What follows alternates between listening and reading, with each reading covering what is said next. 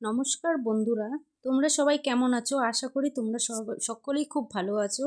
আজকে তোমাদের সাথে আমি নতুন একটা রেসিপি শেয়ার করতে চলে এসেছি। খুব সহজে কিভাবে টেস্টি এঁচোড় রান্না করতে পারো তারই একটা রেসিপি আজকে আমি তোমাদের সাথে শেয়ার করছি। দেখতে পাচ্ছ আমাদের নিজেরই কাঁঠালের গাছ আছে। এখান থেকেই আমরা প্রথমে কাঁঠাল পেড়ে নেব। দেখো এরকম সাইজের কাঁঠাল পেড়ে নিয়েছি। তারপরে কাঁঠালটাকে কেটে ধুয়ে একদম সব কিছু কেটে ধুয়ে দেখো রেডি করে একটা কাঁঠাল, একটা আলু, আদা কুচি, তারপরে পাকা লঙ্কা, রসুন, একটা টমেটো, 3টা পেঁয়াজ, তারপরে কিন্তু শিলনোড়ায় আমি সব মশলা বেটেছি এক এক করে। এই যে সব মশলা বেটে নিয়েছি। পেঁয়াজ কুচি, এই যে রসুন একটা থেতো করে নিয়েছি, কিছু গোটা রেখেছি, তারপরে কিছুটা বেটে নিয়েছি, তারপরে আদা, জিরা, পাকা লঙ্কা সব বেটে নিয়েছি। তারপরে এই যে এখানে সবজিগুলো কেটে নিয়েছি আগেই। চলো এখন রান্না শুরু করি। তখন প্রথমে কড়াইটা বসিয়ে গরম করে নিয়ে তাতে তেল দিয়ে দিলাম। তেলটাকে ভালো করে গরম করতে হবে। তেলটা ভালো করে গরম হয়ে যাওয়ার পরে আমরা দেখতেই পাচ্ছ আমি উনুনে রান্না করছি, কিন্তু সব রান্নাটাই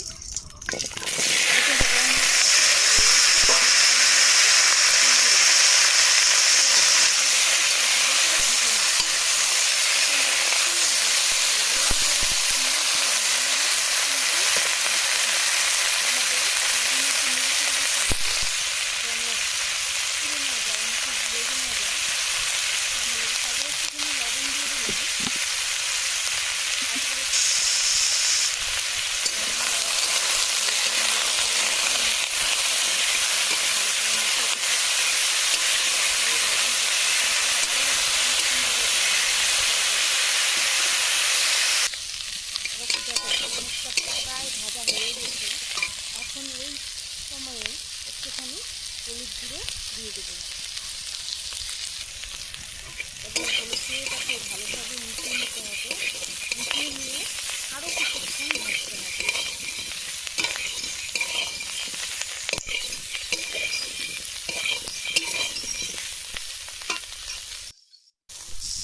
দেখো এইভাবেই আরও কিছুক্ষণ ভেজে নিলাম। এবার ভাজা হয়ে গেছে, এখন নামিয়ে নিলাম। এবার নামিয়ে নেওয়ার পরে আমরা ফোড়ন দিব। আবারও কড়াই বসিয়ে দিলাম, আবারও গরম করে তারপরে তেল দিলাম। তেলটা গরম হয়ে যাওয়ার পরে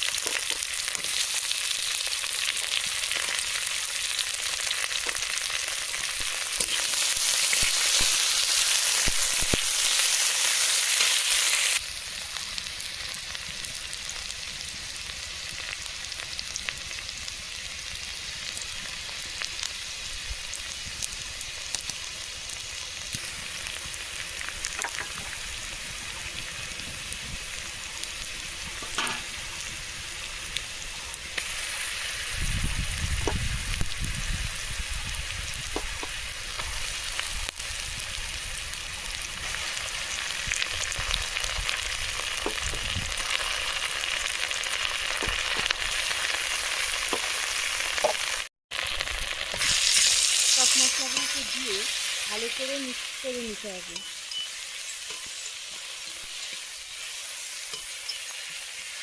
ভালো করে মিক্স করে নেওয়ার পরে একটুখানি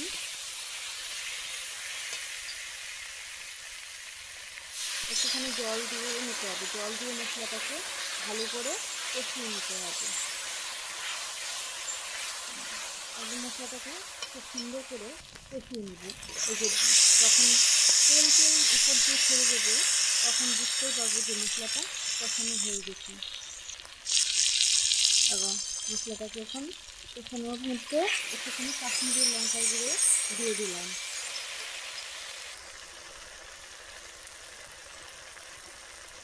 একটু হলুদ গুঁড়ো দিয়ে দিয়েছি, একটু লবণ, 1 চামচের মতো লবণও দিয়ে দিলাম। তোমরা তোমাদের স্বাদ মতো লবণটা দেখে দিবে। তারপরে একটা টমেটো কুচি করে রেখেছিলাম, ওটাও দিয়ে দিলাম। তারপরে এরপরে মশলাগুলোকে আরও ভালো করে কষিয়ে নিতে হবে। আবারও একটু হালকা করে জল দিয়ে মশলাটাকে খুবই ভালো করে ফুটিয়ে নিলাম। দেখতেই পাচ্ছি মশলাটা খুব সুন্দর করে হচ্ছে।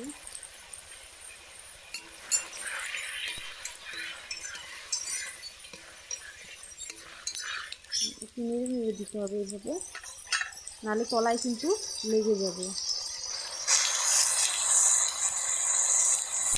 দেখো মশলাটা আমার কিন্তু এই যে তেল ছেড়ে দিয়েছে দেখো সাইড দিয়ে, দেখেই বোঝা মশলাটা পুরোপুরি কষে গেছে। এবারে ভেজে রাখা আলু আর এসবটা দিয়ে দিলাম। এবার এসবটার আলুটাকেও মশলার সাথে খুব ভালো করে কষিয়ে নিতে হবে কিছুক্ষণ। খুব ভালো করে নেড়ে চেড়ে একদম এসবটাকে মশলার সাথে খুব সুন্দর করে কষিয়ে নিতে হবে। ভালো করে না কষিয়ে নিলে কিন্তু টেস্ট হবে না। দেখতে পাচ্ছ আমার কিন্তু মশলার সাথে এসবকেও খুব ভালোভাবে কষিয়ে নেওয়া হয়ে গেল। এবারে জল দিয়ে দিলাম। জল কিন্তু খুব বেশি দেবো না, কারণ ঝোল হবে না, গামাখা হবে তরকারিটা। তাই এই পরিমাণে ঝোল দিয়ে দিলাম। এরপরে ঝোলটা খুব ভালো করে ফুটিয়ে নিতে হবে। এই সময় কিন্তু দেখতেই পাচ্ছ একদম জাল কিন্তু হাই রাখতে হবে। তোমরা যারা গ্যাসে রান্না করবে ওরাও কিন্তু গ্যাসের ফ্লেমটাকে তখন হাই করে রাখবে। এটা প্রায় হয়ে এসছে। এখন স্বাদটাকে ব্যালেন্স করার জন্য একটুখানি চিনি দিয়ে দিলাম। চিনি দেওয়ার পরে আরও কিছুক্ষণ ভালো করে তরকারিটাকে ফুটে দেবো।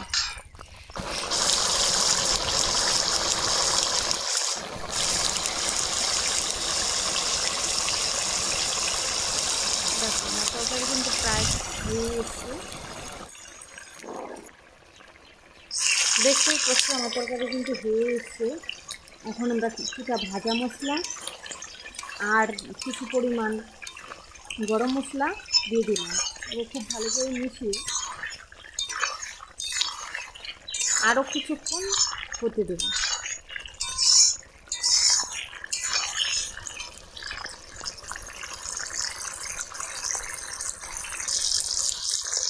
দেখতে পাচ্ছ এবার কিন্তু আমার তরকারিটা একদম ফাইনালি কমপ্লিট হয়ে গেছে। এখন নামিয়ে নিলাম। এখন কিন্তু পরিবেশনের পালা। এখন পরিবেশন করে নিচ্ছি।